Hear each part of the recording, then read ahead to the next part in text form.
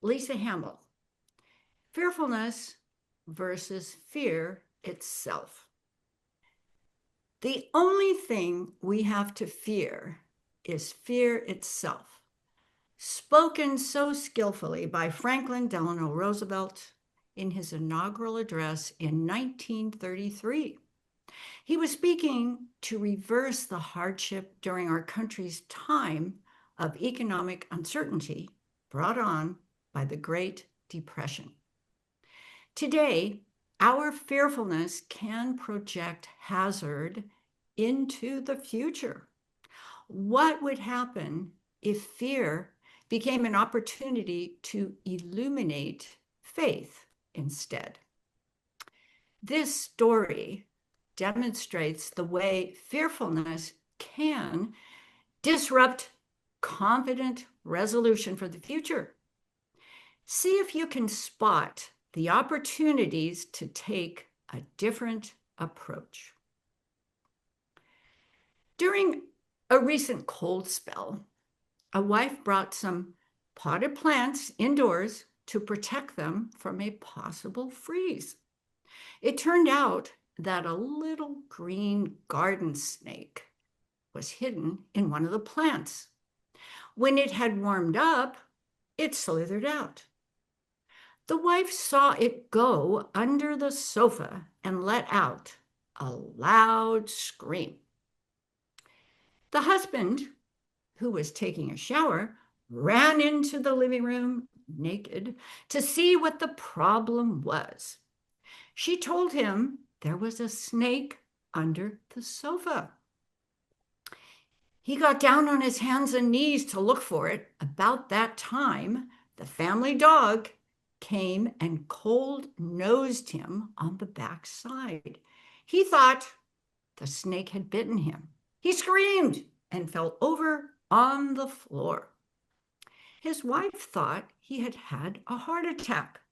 She covered him up, told him to lie still while she called an ambulance. The attendants rushed in, but would not listen to his protests. They loaded him on the stretcher and started carrying him out, lest he die before reaching the hospital. About that time, the snake came out from under the sofa. The emergency medical technician saw the snake, dropped his end of the stretcher. That is when the husband broke his leg and why he stayed in the hospital longer than for a snake bite. The wife still needed to get rid of the snake, called her neighbor. She called him and he volunteered to capture it. He armed himself with a rolled up newspaper and began poking under the couch.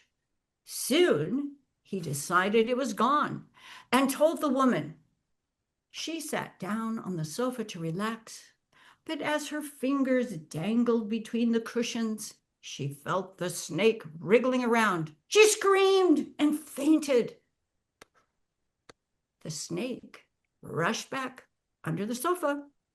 The neighbor, seeing the woman there, passed out and tried to revive her by using CPR. The neighbor's wife, who just returned from grocery shopping, saw her husband with his mouth on the woman's mouth.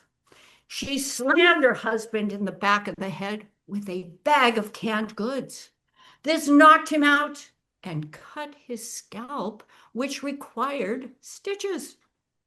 The noise woke the woman from her dead faint.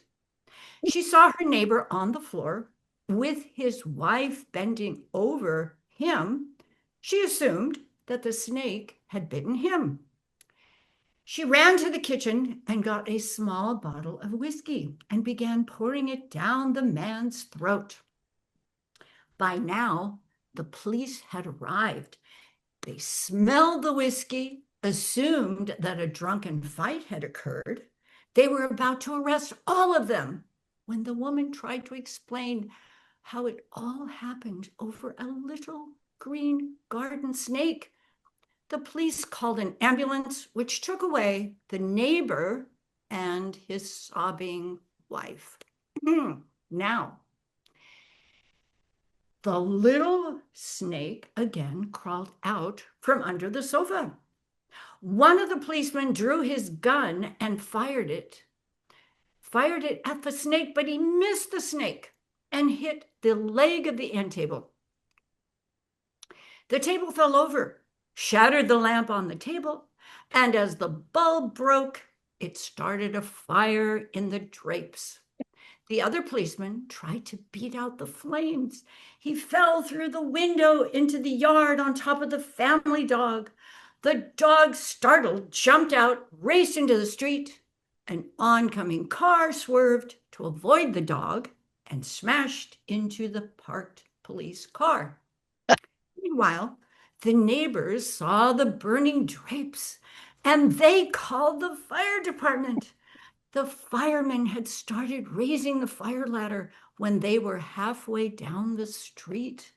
The rising ladder tore out the overhead wires, put out the power, and disconnected the telephones in a 10-square city block area.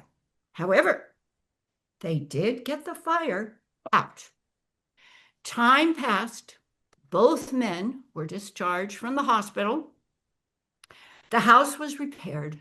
The dog came home. The police acquired a new car.